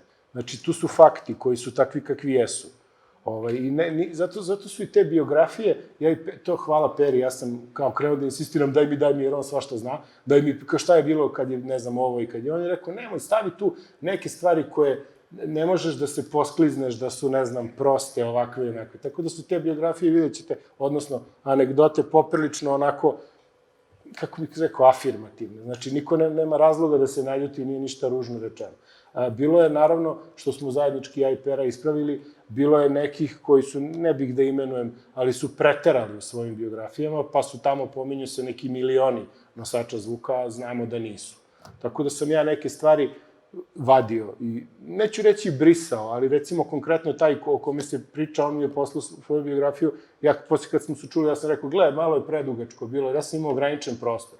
I onda sam se vadio na tu ograničenost prostora da tu stvarno dam neke fakte o čoveku, a koga zanima internet, široko mu polje i muzičko i ovo da sazna dalje. I oko same biografije, u krajnjoj liniji, mislim, nije potrebno tražiti dozvolu osobe o kojoj se piše. Kao što možete da napišete biografiju nekog muzičara, da on ne da odobrenje za to. Jer jednostavno to autorski deo je ono što čovjek piše o nečim životu. Može samo da bude sporno ako se nešto lažno napiše, neka kleveta ili tako nešto, ali mi smo se baš držali onoga što su ljudi radili, tako da je prosto i nema ni vrednostnog suda. Nema to sad ovaj album mu je bez veze, a ovo mu je super, nego prosto jedna neka vrsta CV-a sa puno mesa. Da, sa puno nekih meni korisnih informacija, mislim da su korisne, baš to što Pera kaže, nema objašnjavanja da li je nešto dobro ili loše, nego je tako, pa sad, na slušalcu, gledalcu je da proceni. Isto tako i sa fotografijama. Imao sam raznih zahteva, od tih da im šaljem na neku vrstu overe, pa sam ja to u startu morao nekako da se sečem, jer ne bih nikad završio knjigu da su oni birali. Bilo je, ja ću da biram kadar. A onda ja sam, ne znam sad, početi rečenicu sa ja sam, ali komunikativan tip, tako da sam sa većinom tih ljudi imao i dan danas imam jako dobar odnos i pustili su mi, dali su mi poverenje da izaberem kadar koji ja želim i mislim da je dobro, da sam dobro izabrao, jer sad kad bi vam pokazao sve slike, to bi bio neka vrsta testa, sad sednemo pa i da vidimo sve bajegine slike, pa da vidimo ko će zašta da kažem, ko će koji da izabere. A se opet sve svodi na mene, kao i na odluku ko je u knjizi, tako je odluka bila ko je kadar dobar i koji kadar nešto govori. Znači, taj portret mora da ima neku snagu, nešto u očima i tako dalje. I bilo je naravno, kako je moderno vreme, ja sam ipak fotografijom počeo da se bavim dok smo još slikali na film, dok smo premotavali. I onda se brzo u moj život uključio taj čuveni Photoshop o kome sada svi pričaju, pa je bilo pitanja da li ću retuširati lice, jer ovo je vrlo oštro svetlo unutra, jer je to teatarsko svetlo, to je svetlo s jedne strane i namerno su naglašene senke, samim tim se daje neka dramatika toj slici, dobije se neka težina slike. Verovali ili ne, kako se to kažem, jedina osoba koja je retuširana u knjizi je muškog roda. Jer je bilo ili tako ili nikako. I sad, pošto je bilo važno, ja sam rekao... Njegova želja. Da. Nije želja, bio je zahtev. I ja sam rekao, okej. Mislim, nemojte mi, molim vas, pričati čija slika nije bitno uopšte, jer se to ne vidi. Ja sam to sveo na neku meru da ne bude kao ovim novinama današnjim, gde niko nema ni podvoljak, ni oči. Tako da malo sam popravio, koliko toliko, on je bio zadovoljan, rekao je dobro, ja sam rekao u redu je i tako. Samo ću vam se nasmijeti, nije. Ja mislim da smo svi pomislili na neku drugu. Nije, nema veze, stvarno nije ni važno, to pričam kao kuriozitet, jer imao sam, recimo, Slađana Miloševića, ona je bila u fazonu, znaš, ja ću biti na naslovnoj strani. Rekao, nećete biti na naslovnoj strani, ali kaže ona, molim te, ako ima naslovna strana sa licem, to mora biti moje lice. Ja kažem, gospođo, sigurno neće biti naslovne strane, bit će neutralne, ne bi bilo u redu, ja ne bi mogao da izaberem, meni je Gobacko brat, a džaba kad mi je i ne znam sad, sad sam njega izabrao, mi je prvi pao na pamet. Sad, kako izabrati ko ide na naslovnicu? Bez veze. Zato je moralo da bude potpuno neutralno i u stvari tu se vidi, sad možeš ti ako ćeš da otvoriš ili će posle ljudi gledati, u stvari sam koncept naslovnice je LP ploča. To su ovo. Samo, izvinjam se, ova je malo putovala pa se malo izgrebala. Ovo je stara LP ploča, ali kažem, to je tako. Da, malo krcka. A ovo je, sad, kako to da kažem, pošto ja sam, da se vratimo na priču Ravno do dna, ja sam veliki fan Azra i veliki sam fan konkretno Ravno do dna albuma, na tome sam odrastao. Tako da, ova ili ova, pošto su različite, potrudio sam se da ove linije, kako bih rekao, od ploče budu različite napred nazad, nije ista, samo sam napred drugi raspored. Jedna od njih je rađena prema Ravno do dna. Naravno, smanjen je, pošto ovde bi bilo 1, 2, 3, 4, 5 pesama, tamo ima dosta, pa sam suzio, ali jedan od ovih je raspored koji je Ravno do dna. To nisi ni ti znao. Ne. Dođeš na trijelu. Ako vi još jedno pitanje, ili imate povratne informacije od ljudi koje ste radili? Koji su u knjizi? Tu spomeni promociju Zagrebačku. Da, ali to je neskromno da kažem da su mi se većina ljudi zahvaljivali što su u knjizi. Mislim, stvarno je tako, ne lažem, stvarno. Ima nekoliko... Mislim, vidjet će ljudi sami kako da, to zaista iskreno. ima nekoliko koji su, i to ću iskreno reći, koji su mi rekli, pošto je taj Beograđan rekao, matori, ti će se obogatiš. Ja sam rekao, neću, jer ja sam ovo uradio od ljubavi i ovde stvarno, mislim, knjiga jeste skupa zato što je sama izrada, knjiga je 3 vrste papira, 3 vrste štampe rađena, unutra je sve lakirano, da ne ostaju prsti po tim slikama i tako dalje, i tako dalje. Tako da, daleko od toga da ću se obogatiti, ali ajde sad da ne pričamo o procentima, ali sam siguran da od 80 do 85% ljudi koji su u knjizi su jako zadovoljni s tim kako izgledaju unutra i rekli su mi, eto, opet kažem, neskromno, ali hvala. Tako da, i podsjeti me Pera, recimo Zagrebačka promocija je bila prva promocija i to su svirali su 3 benda i jako puno ljudi iz knjige je došlo. U Beogradu je bilo skoro 400 ljudi na promociji, što je meni, ta moja drugarica kod koje na Dorčevu placu je bila promocija, ona je rekla, kaže, ja nikad nije došlo 400 ljudi. Stvarno je bilo puno muzičara. I u Beogradu su svirali, u Zagrebu je svirao Psihomodo, Kawasaki Trip i riječki bend od ovog našeg Glave iz Rijeke, a u Beogradu je svirao Psihomodo jer se stvarno zadesilo da su bili, potpuno nevratno namestilo se da su bili, pa Nikola Čuturilo s bendom i oni su svirali. Tako da, eto. Evo možda još jedno pitanje za kraj za obojicu. Teza je da je muzikom spojen region i da su ponovo izbrisane granice. Pretpostavljam, naravno, svima nam je drago zbog toga. Koliko je vama lično obojici teško pala sve to što se dešavalo 90. godina i jednostavno rušenje te neke, ne samo scene, nego i države i svega ostalog? Meni se još uvek dešava posle nekog konfuznog sna da se ujutru probudim i da prvo što pomislim, ono se nije desilo. Znači, i dalje ne mogu se pomerim sa tim da je toliko ljudi stradalo i da se sve to čudo na najgori mogući način desilo. Ja sutra sa mojim kolegama Draganom Kremerom i Goranom Tarlaćem u Zagrebu mi govorimo na tribini. Tema je srpski opozicioni stavovi srpskog rock'n'rolla tokom 90. godina, jer tu tribinu nam je u stvari naručio jedan jako fini zagrebački muzički novinar koji, zanimljivo, ima sajt koji se zove Ravno do dna. Ovo nam je light motiv večeri. Večeras je. I Zoran Stajčić se zove i on je u fazonu, kao u principu jako malo ljudi u Hrvatskoj zna šta se dešavalo u Srbiji na kulturnom polju tokom tih 90. godina, naravno da je bila medijska blokada, tako da prosto, drago mi je da ćemo na tu temu sutra pričati, jer zaista ima mnogo toga da se kaže i meni se čini da je ta scena nikad nije ni nestala, samo je bila ometena u razvoju. Ja sam imao tu sreću da u septembru 1993. godine, to sam pričao na promociji, da učestvujem u organizaciji koncerta koji su se odigrali u Pragu i Berlinu, pod nazivom Ko to tamo pjeva, i svirali su zajedno Vještice Zagrebačke, Električni orgazam, Party Breakers i Ekaterina Velika, i to je na simboličan način pokazalo to da scena da postoji i da ti ljudi se nisu posvađali, nikada se nisu posvađali, i zato je u krajnjoj liniji i ogroman broj ljudi na Borin poziv da budu u ovoj knjizi, odgovor je bio pozitivan, tako da su, rekao bih, film, knjiga i pozorište obnovili scenu, ali nekako je, čini mi se, nadam se da ne grešim, da je tu rock'n'roll bio najprotočniji. U krajnjoj liniji, većina bendova iz Srbije su ekonomski preživeli te najgore godine svirajući u Sloveniji i Makedoniji.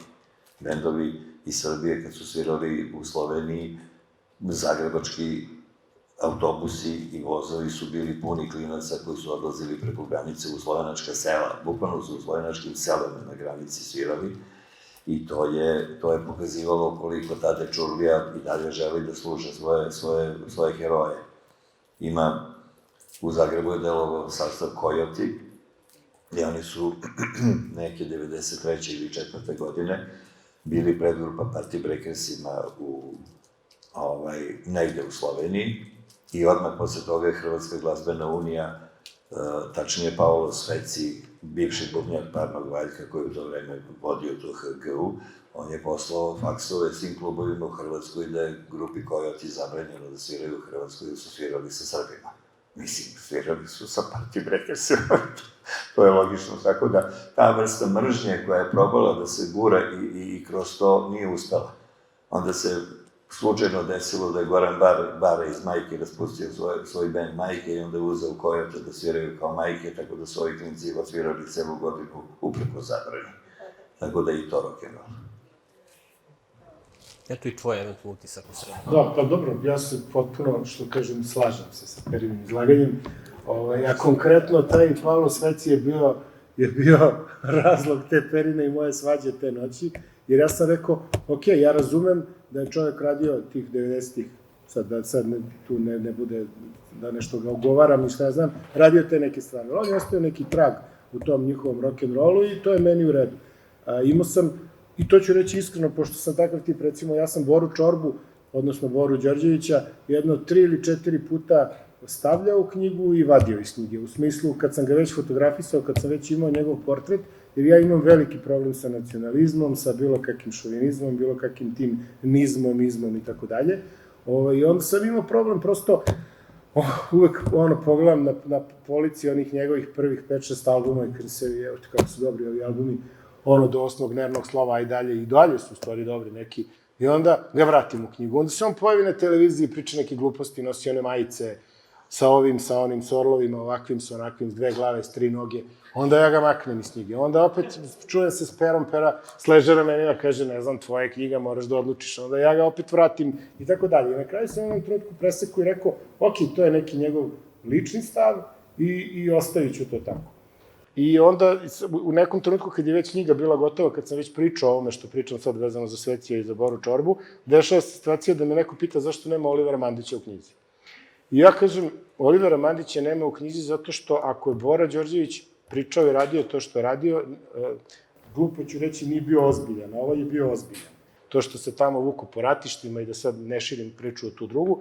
I onda sam rekao, možda ne bi bilo loše kada bi pristali Thompson i Mandić da se zagrle, da ih u istom kadru imam zajedno, onda mogu u knjizi i nek podele tamo mesto za biografiju. Tim hoću da kažem da ova knjiga je stvarno nastala na nekoj mojoj ljubavi prema svim tim, ne znam, narodima i narodnostima koji su živjeli zajedno i meni je bilo jako lepo, ja sam 73. godište, meni je bilo jako lepo što smo putovali, što nikom nisam pokazivao nikakav pasoš, putovnicu ili ne znam šta, i mogu si da putuješ i niko te ništa nije pitao, sad svakih 100 km ima neka granica, nešto pokazuješ i to se sve više i više smanjuje, tako da kapiram da će, ne znam kako stvari stoje kad prelazimo preko Brankovog mosta, s jedne strane će biti ovi, s druge strane oni, ali to već nije do nas. Ono koliko je bilo do mene, mislim da sam s ovom knjigom uspeo da pokažem da svi ti ljudi mogu biti zajedno na jednom mestu, a da niko nikom ne smeta. I pogotovo što su ljudi, muzičari, kada su listali knjigu, s kim sam ja na strani? To im je bilo glavno. Kao super, ja sam s ne znam ovim, ja sam s onim. I desilo se nešto što se u stvari u startu desilo i opet se vratilo na onaj vetar u leđa i tako dalje. Kad su se dešavala ta prva snimanja u Beogradu, ljudi koji se dugo nisu videli su se sretali. Jer recimo, ne znam, Cvele, Bajagin basista, se dugo nije video sa ne znam kim i on dođu zajedno na snimanje i onda su se nešto dogovarali, čak su se posle i nekakva izdanja pravila, u smislu neke pesme su radili zajedno, neki ljudi i tako dalje. Tako da je to bilo super i ljudi iz Hrvatske su tražili da vide neki ljudi, da vide kako izgledaju neki ljudi iz Srbije koje dugo nisu videli i obrnuto. I Slovenci, i Makedonci i tako dalje. Tako da, što se mene tiče, ja sam uspeo da prikažem da to sve može da ide zajedno, bez obzira na sve ono ružno što se desilo i da bi trebalo možda da se pruži ruku i da se krene dalje, jer ne vidim kako je drugačije. Znači, vi ste nacionalnosti upacili s knjige, jel? Pa ne, sad sam se uhvatio, rekao sam vam konkretno, nisam sad ja mogu da ispitujem kakvih stavova, ima tu raznih ljudi u knjizi koji imaju možda neke tvrđe stavove, ali ovi koji su se isticali, ja sam sad vrlo otvoreno rekao, čak mislim da kad sam mi pričao, nikad nisam pominjao ovu priču sa Thompsonom ali dosta ljudi iz Hrvatske me je pitalo za Olivera Mandića. Ja im kažem, ljudi, da li ste vi svesni šta je on radio 90-ih, šta je pričao i šta danas radi po Beogradu? Sad vi živite tu, ali ne znam koliko pratite, šta se tamo dešava i kakav je to uopšte lik. I sad ta njegova 2 albuma jesu masterpiece.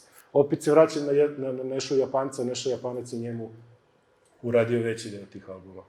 Taj naš basista, sad ko zna, ko ne zna. Ali nisam mogao da pristanem na to. Bora Čorba, sad ne mogu da tvrdim, sad da ne odem u političku priču, ali mislim da se nije išao tamo, vuko se po ratištima i svašta radi. Ova jeste. I tu je meni bila neka granica ispod koje ja nisam teo da Dobro, Bora je više lajao i dan danas se vuče po nekom mulju. Recimo. Ove neke naše scene, raznim pinkovima i Da, ostalim nije, glupostima. evo, Perak, u stvari, nije štetio ljudima. To je on je nekako to više, ne znam ni zašto je to radio što je radio. Mislim čak i da se... Ta knjiga oštećena na neki način za, na primjer, Olivera Mandića koji je... Ali to je samo, da kažem, vaš pogled na svet. A ja sam rekao pre sat vremena, bez ljutnje, rekao sam da je ovo moj izbor. Jer svakako ćete vi listiti pa ćete pitati, ne znam, a zašto nema ovoga ili onoga. Mislim, nema ga zato što ja nisam želeo, on nije hteo. Neki ljude sam zvao po puno puta pa su me odbili. Mislim, Šobić nije u tako dobrom zdravstvenom stanju. On je imao neki veliki... Ja sam došao do njega i on živi sa, recimo, nekim... Da, ja sam hteo svakako, on svakako zaslužuje svoje mesto i došao sam do njega, on živi u Podgorici, ali je posle tog nekog valjda moždanog udara poprilično je loše i kažu da nije baš za slikanje. Da vama, evo samo zaboravit ću, samo da vam odgovorim, kad nažalost smo ušli u ovu priču o politici i nacionalizmu i svemu tome. Ja kad sam radio dopunjeno izdanje enciklopedije, upoznao sam zagrebačkog književnika Zorana Ferića i pričao mu kako su neki ljudi iščitavali izbor onoga što ja imam u knjizi kroz nacion. I kako mi je to bez veze i kakve su reakcije bile. I sad, dok smo mi tih 2-3 dana se nešto družili na nekom književnom samitu, da meni na kraju kaže, sad sam ja shvatio kaj si ti, pa ti si veliko srpski kroatofil. To je i Bora. Mogu samo ja i nešto da kažem, imam čerku 20 godina, ona sluša Olivera Mandića, ja sam naravno slušala Olivera Mandića kao luda. Dok se nije desilo što je počelo da se dešava. Ona sad sluša to i ja ovako ćutim, neću da joj kažem, mislim, rekla sam joj, ali puštam je, šta da radim? Naravno. Ne, i treba, zašto da ne, nek sluša. Kad biste vi, na primjer, radili izbor koja staviti što želite, i ja isto sam verovatno čudna za neke ljude, i vi ste čudni drugima i tako dalje. Ne, ja samo nisam... Ali to je lično. To je lično i to kod... Ja sad mogu reći da ne slušam Mandića zato što ga nisam ni onda nešto preterano slušao. To je dobro, bilo je drugačije i tako dalje. Ali sve je u redu, to što je on napravio je napravio. Ali ja prosto nisam hteo da mu dam važnost u ovome, zato što se u mojim očima su se neki ljudi ukaljali na taj način.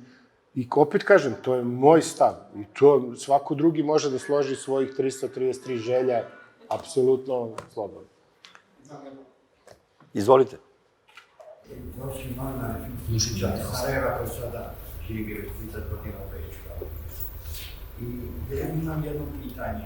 Mi govorite o rock muzici, ali ja nedavno je bio ovdje gost Lordan Zafranović i on se složio sa mnom da je kulturni prostor ostao, ovo što ste vi sad rekli, ostao isti. Znači, mi sad možemo živjeti i živit ćemo. Nažalost, ovaj stravični rat možda još više da nas podijeli. Ali, ipak kulturni prostor. Naprimjer, ja sad gledam iz ovog aspekta, ja putujem puno po festivalima, idem u Tulu i na fest, i idem u Izoru na festival, po cijeloj nekadašnjoj Jugoslaviji. Vidim da je ta kulturni prostor ostao isti. I mislim, to je što se tiče filma, ali pošto je kultura i umjetnost tu zajednička, mislim da je to stvar donekle i sa rock muzikom. I to bi, pitam vas da se slažete sa mnom, to je, vi ste već na to i odgovorili. A još jedna stvar, kad govorite, ne znam sad gdje bih stvrstao, da li ste radili nešto sa Lajbahom u Ljubljani, odnosno sa Bombar štampom od Đure u Sarajevu, jel? Ja mislim, što mi je jako drago, da bi naši političari ništa drugo ne bi trebalo da rade, nego samo da gledaju na umjetnost. Ne bi bilo problema. Da, ali realno oni se toga najviše plaše, to je ono što je njih, koliko ja vidim, to njih najviše boli, ta umetnost njima smeta zato što ta umetnost je u toku rata preskakala te imaginarne granice, što reče neko, zaboravio sam ko, kaže, kad se popneš u helikopter i kad se digneš iznad, nema nikakve granice. Nema one ptice, one mačke, to sve ide jedno preko drugo. I hvala vam na tome, Bosanac, moram reći, ja sam polubosanac, moja majka je bila iz Banja Luke i to je divno i baš volim da odem tamo, sad idem, za koji dan idem tamo i tako dalje, i tako dalje. Što se tiče ovoga, već smo delimično odgovorili, mislim da kultura i tih godina kada je bilo prelazilo i menjali su se, slušali smo mi muziku odande i oni su slušali muziku odavde i iz Bosne i tako dalje. Što se tiče Lajbaha, u knjizi je pevač, u stvari, izvinjam se, dva pevača su u knjizi, pomozi mi pero, stoji mi mozak, Knez, kako se zove, Dejan Knez, to je onaj prvi, u stvari, on je u stvari, on je osnovao Lajbah, on je prvi. I postoji, i u knjizi je Milan Fras. Mislim, oni su, Jan Novak se zove, tako? Da. Jan Novak, da. On je imao je zahtev da kao ako budem fotografisao Frasa, da moram da slikam i sve ostale iz benda i da oni uvek idu zajedno na slici. I ja sam rekao, okej, gledaj, žao mi je jako, ja imam potpuno drugačiji koncept, baš da izbegnem tu smicalicu, da ljudi budu na jednoj slici kao bend. Nego baš ovde u knjizi svako svojim imenom i prezimenom, svako je odvojen. I onda su oni pristali, onda on priča sa Frasom, Fras je rekao da hoće i nađete u knjizi vrlo interesantna slika Frasova, jer sad sam se setio kad ste me to pitali, ja sam se u startu, kad sam krenuo da bi tim ljudima, jer oni su na stage-u opušteni, oni su tu svoji, to je neki njihov prostor i oni sa muzikom možda tu neku nervozu ili neku neprijatnost što će ih neko slikati sklone, ali ovde su statični i ja sam ih prosto nameštao. I onda sam zahtevao, molio da donesu neke svoje instrumente. Ima jako puno instrumenta, recimo Bodan Arsovski je donao svoj bas na kome je snimio prvi album Ledi Sola i tako dalje. Onda sam insistirao na tim nekim stvarima, pa pogledajte Frasovu sliku, u stvari da ne pravim sad neku famu. Fras je došao i nije imao ni mikrofon ni ništa. Ja sam u kolima, kako sam putovao, imao gomilu šarenih kablova, mikrofona, nisam baš imao instrumente, ali salak za mikrofon, pa ovaj mikrofon stari, novi, vamo, namo. I ja mu to pitam, kaže, on ne bi ja da se slikam ništa s tim. I sad to meni problem, jer svi su nešto držali, gitaru, bas, bubanj, mikrofon, on neće, i neće, i neće. I sad onako, vrlo je odlučan u tome da neće. A međutim, on je došao sa Dobermanom, sa psom koji je potpuno crn. I celo to snimanje je bilo haotično, jer on je tog psa hranio nekim čokoladnim branicama, ovim našim sokoštarkovima. I sad ja kao hranim psa tim, neko čudno mi je bilo. Mislim, hrani, dao mu je malo od jedne ili dve, nije ni važno. I taj pas se muva, ovaj nervozan. Ja, on stoji, nema nikakav mikrofon. Ja ne znam, nema kako ću da ga stavim u koncept, prosto mi fali. I u jednom trenutku pas priđe i stavi mu ovako glavu na koleno. I ja okinem. I kao, to je to. Tako da je imao sam samo tu, to je ono kad smo pričali o prilikama. S njim je bila jedna iskorištena srećom. Mogu sam da omanem, mogu sam da ne okinem i da vam sad samo prepričavam. Znate, onda je pas došao i stavio mu glavu i tako dalje, i tako dalje. Eto, a što se tiče Đure, Đuro ko Đuro, okej, uvek, nasmejano vedro, dobar kontakt. Ja sam njega u Beogradu nešto sliku kod Ivana Ivanovića u nekom backstage-u, tad smo se vidjeli. Nismo baš u nekom kontaktu, jer on i ne živi, mislim da čak više nije ni u Sloveniji, on nešto u Italiji, ne znam. Da, ne znam, nemam kontakt, ali svakako, U knjizi. u Ima još knjizi, koje da. pitanje? Izvolite. Mislim da vam nije odgovorila na jedno pitanje od ranije vaše. A to je, ko vam je ušao u tu zbirku od 50. do 60. To je bilo pitanje, niste odgovorili. Da. Ko su ti rokovi iz tog perioda? Da, to je Pera nešto delimično odgovorio. Sve vas, zašto izbjegavate riječ Jugoslavije? To nije Ja prljava ne riječ. znam. Zašto svi govore neki region? Ja nikad nisam rekao region, izvinjavam se. Ne bih da me se vređa ovde. Evo, pazite, ovdje ima čak i petokraka, čak i piše SFRJ. Tako da ne, da pače, ja sam dete te naše Jugoslavije, tako da nemam problem. Stvarno nemam. Možda sam slučajno rekao region, jer kad sam mislio, pošto je sad komplikovano nabrajati sve, pa sam možda, ali upravo ste, možda sam trebao da kažem Jugoslavije.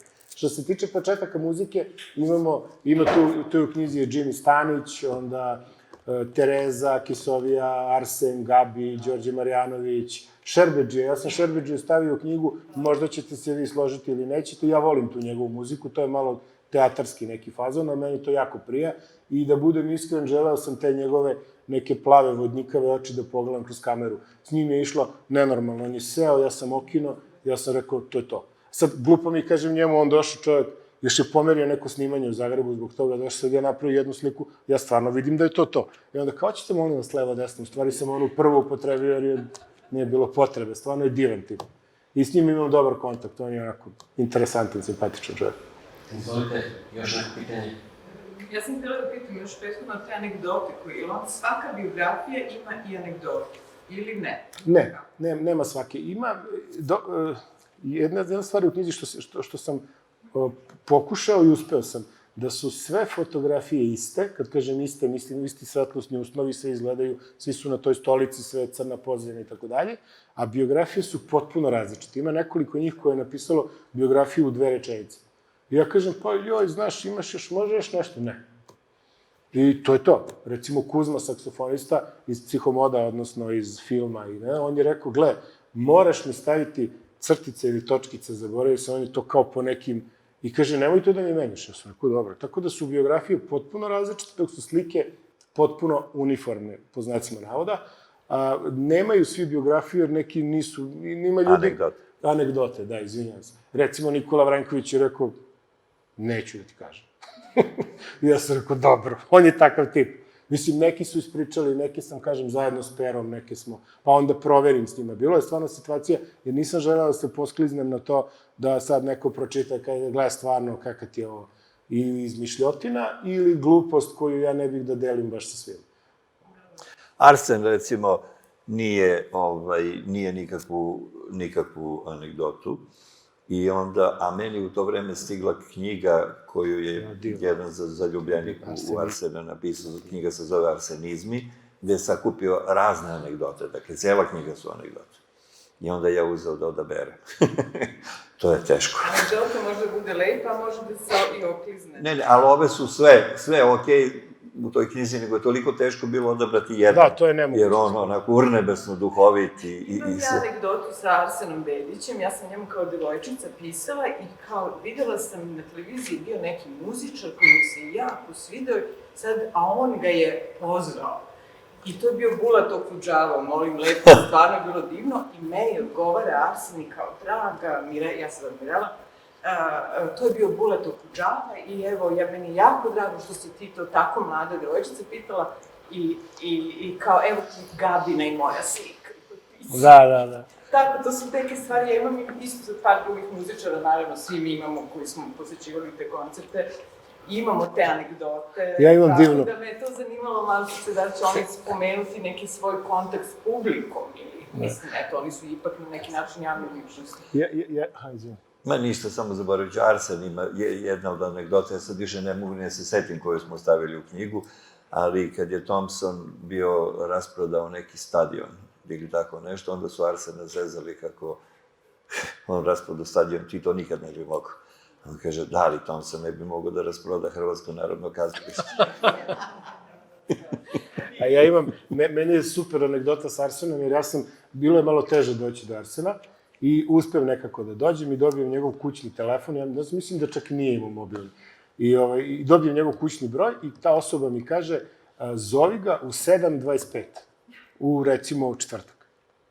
Ja sad u Beogradu, ja kući sedim na sat, ovako, i u 7:25 rekao, dobar dan, dobro večer, dobro večer, Borislave, vi ste sve, vrlo ljubazno, kaže on, vidi, kad god dođeš u Zagreb, sledeći put, samo mi se javi dan, dva ranije i moram te zamoliti da fotografisanje bude u Esplanadi. I ja kažem, dobro, okej, dođem u Zagreb, ja sam sad već tamo na neki način domaći, gomila mojih i nađu mi kontakt u Esplanadi. Je bio jedan prijatelj koji je isto basista, koji u knjizi, koji mi je dosta pomogao, Crni, mi tamo i mi dođemo u Esplanadu i sad Crni, ovi nas pustili u neki fancy salon, onako, nešto je to za neke sastanke, nemam pojma, i svi su neki aranžmani, ovaj kreten ide i jede neke jabuke i banane, nemoj da jedeš, ono će platimo. U svakom slučaju pojavljaju se Arsen i Gabi, i on onako kao sam suzdržan kakav je uvijek bio, ali i donosi mi CD na poklon i potpisao mi, onda je tu nešto zezo Gabi ko je pornoflomaster, ko nije pornoflomaster, i on je tražio samo bude brzo snimanje. I stvarno nema šta, on je seo, to što kažem, s tim nekim ljudima, tu nema preterano nekakvog sad, ajde, kreni se ovako, kreni se onako. On je seo, ja sam ga samo namestio, dao mu mikrofon, šljocno i on se zahvalio, otišao da pije piće, ima ona njegova stara fora, sad opet mogu da pijem, pošto imam jetru od ove mlade devojke, pa kao mogu da pijem. I otišao da pijem. I završi se to snimanje, prođe neko vreme, bila naravno Gabi, ja sam s njom slikao, sedeo još malo pričao, ona otišla, ja otišao za Beograd i prošlo jedno 2 nedelje, ja sedim nešto u Beogradu s nekim, ne znam gde sam ni bio, nije ni bitno, zvoni telefon, piše Arsen Dedić. I ja kao, što da, on pomisliš nešto negativno. I ja dignem slušalicu, on krene da me pita, kao Borislave, da ste zadovoljni slikama, u stvari kako ste, kako zdravlje, ono, ja kažem, dobro je, hvala Arsene, i sad onako svi iščekujem, sad će kaže da neće u knjigu iz nekog razloga, čuo nešto loše o meni. I međutim, on kaže, jeste zadovoljni slikama ili treba da ponovimo? Ja rekao, ma kako treba ponovimo, ja prezadovoljan. I tako da, eto, to je onako divno da je jedan takav veliki lik, stvarno veliki i ovako divan. Eto, nažalost, samo smo se tad vidjeli, posle smo se čuli još par puta telefonom, znaš, sam ja njemu obećao neke slike, on meni neku knjigu, ali ode. Mladen Matičević, koji je napravio film o Vladu Divljanu, on je napravio o Arsenu film, a imao je dosta komplikovan dok ga je pridobio da pristane. Da. Tog filma, ne fotografija, nego dokumentarni film od njega. Pa, mislim, teško je, ti neki ljudi, oni su, recimo, Jimmy Stanić. Jimmy Stanić u trenutku kad sam ga ja slikao ima 87, sad ima 94, recimo. I ja ga zovem, on kaže, joj, mladiću, ne mram vam se ja slikat, nisam vam ja više tak lijep. Ja kažem, ma dobro, znate, nije ovo slikanje to za glory story. Inače, bio je lep. Da, bio je lep. I joj, kaže, ajte, možete, dođite vi, kaže, pa bumo se slikali kod mene ispred zgrade. Ja kažem, ja, sad neprijatno kad tako nekom starijem, prema kome imam poštovanje, treba mu kažem, gle, ne mogu bre, slikam na parkingu kad je drugačiji potpuno koncept. I uspem da ubedim i on dođe. I super smo se družili, vrlo je drag, i posle smo se viđali u Zagrebu dosta puta i tako dalje, i tako dalje. Da kažem da njima je svima malo to dosadilo. To je kao ono što sam rekao pre dok smo pričali za Bregovića, koji kaže, šta sam ti ja sad, samo ekskluzivni tvoj model. Njima je malo svim toga svega dosta i pogotovo one situacije gde svako od nas ili od tih nekih ljudi želi taj neki selfie s njim ili kako god se to zvalo. E sad, neko ima debele živce, neko nema. Neko neće uopšte, neko hoće sve. Ja s Gopcem kad šetam Zagrebom, to je pakao. On sa svakim detetom se slika. Ja mislim čak da on inicira slikanje s decom, kakav je smešan. I on sve hoće, s njim sve može. Ali to je a neki drugi neće ništa. Prema što završimo ovaj oficijalni deo. Ima knjige u bibliotekama već ili Pa evo, to je dobro pitanje, nadovezuje se na ono što smo već pričali, što sam s vama pričao. Znači, knjiga je hrvatsko izdanje, ima ISBN hrvatski, a srpski autor. I kada sam predao u Hrvatskoj da knjiga uđe u biblioteku, rekli su ne može jer je hrvatski autor. Srpski autor. A kad sam predao u Srbiji, rekli su ne može hrvatsko izdanje. Veliko srpski kroatofil, kažem vam ja. Toliko o tome. I to je meni strašno, ja da nisam mogao da se borim s tim. A ja sam ovo čak i namerno uradio. Imao sam ja izbor da možda bude srpsko izdanje, da dobijem ISBN, ali meni je bilo super jer ovaj tip koji mi je štampao, ta neka divna štamparija, odnosno, pošto nije štampao, nego je tisko, onda je tiskara, dobio sam fenomenalan uslov. Meni je jako važno bilo da ove slike u knjizi budu sve istog tona. Vi kad budete listali, vidjet ćete, to su ne znam tačno, ali za njih 333 to je sigurno preko 100 i nešto puta sam napravio taj studio. Znači, bilo je snimanje kad dođe samo jedan. Ali znači, knjiga je sad hrvatska. Pa, Hrvatska je naša. Jugoslovenska knjiga. Eto. da. Mislim, izdanje se vodi, unutra piše ISBN je hrvatski, tako da je hrvatsko izdanje, da. Mogu bi se voliti samo da otvoriš, da vidimo barem jedan. Ne, hoćete svi da je pogledate. A ne, hoće... Evo da vidimo na kome će se otvoriti. Evo ga, pitali ste ko je stari kao i ovaj, kako zove... Leo Martin, odnosno Miša Jović. Da. Tako da, evo vidite, to je Škarica, recimo, u svom predgovoru napisao, to meni malo i bez veze da kažem, ali to su kao taj Rembrandtovske boje. Ja sam išao na taj kolor gde su oni malo sniženog kolora, a gde su njihovi instrumenti u stvari pojačano. Evo da koga će ponovo Bob da padne. Evo ga Škarica. Odlično, golub. Naš drug. Evo i još jedan put, pa posle možete i sami da vidimo. Peđa. Da, Peđa i Peradžo.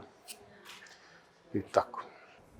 Pre nego što završimo ovaj oficijalni deo, eto, mogu bih ja da vam kažem jednu kratku anegdotu. Kada smo počinjali ovaj razgovor, Bora mi reče, kaže, koliko planiraš da traje celo veče? Kaže, ajde jedno bar sat vremena da ne udavimo ljude. Evo, mi smo davno prešli već sat i po. Ili smo vam zaista bili zanimljivi, ili ste veliki vi svi jugonostalgičari ovde. Nije samo to. Još ste zanimljivi. Onda, zahvaljujem se vama na poseti svima, zahvaljujem se našim dragim gostima, prijateljima Bori i Peri, zahvaljujem se našem Zokiju koji će nas faktički još sa 2 kompozicije odjaviti, a vas sve pozivam da ostanemo još malo, naravno, ko želi, u onom neoficijalnom delu, pravit ćemo jedan mali koktel, moćemo malo razgovarati i sa našim dragim gostima.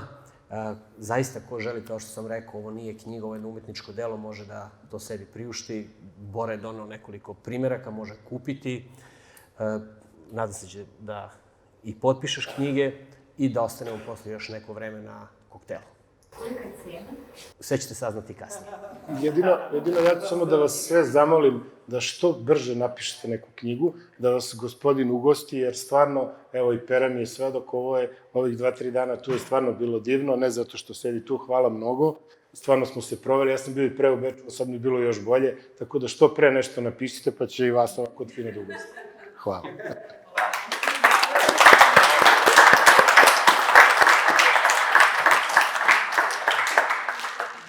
Dobro.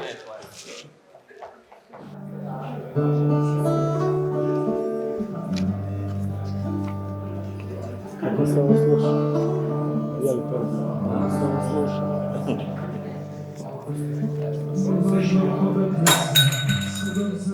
Kuda putuje?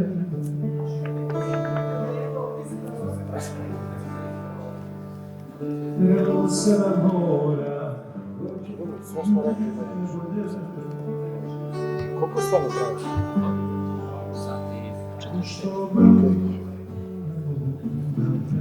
Ja sam problem sa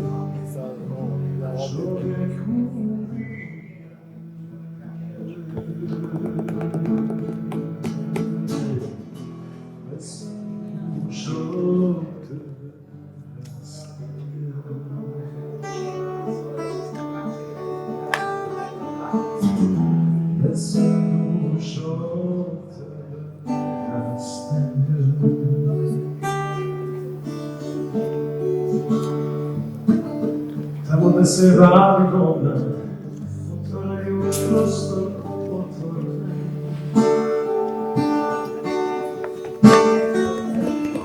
Ispada se bilo lako, ali se zato teško uspije.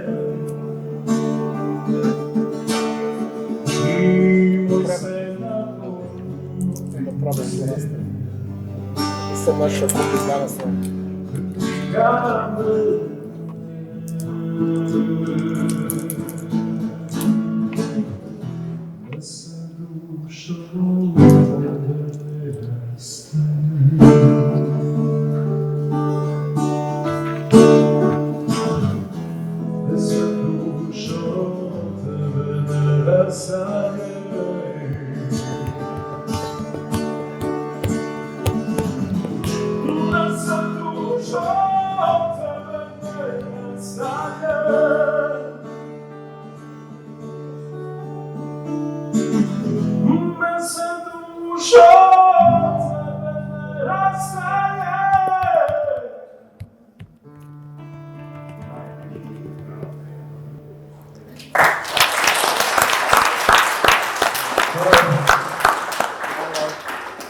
I za kraj.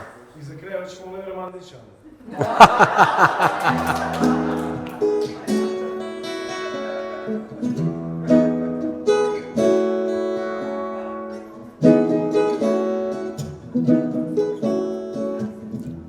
Kada učitaš i dalje, jako srpan si. Napiši da ti reči, znači da si ti. Pomoći ću ti dan, ko prijatelj i brat, i znaju u dobru i u zlu, Ja bih. ti će tu.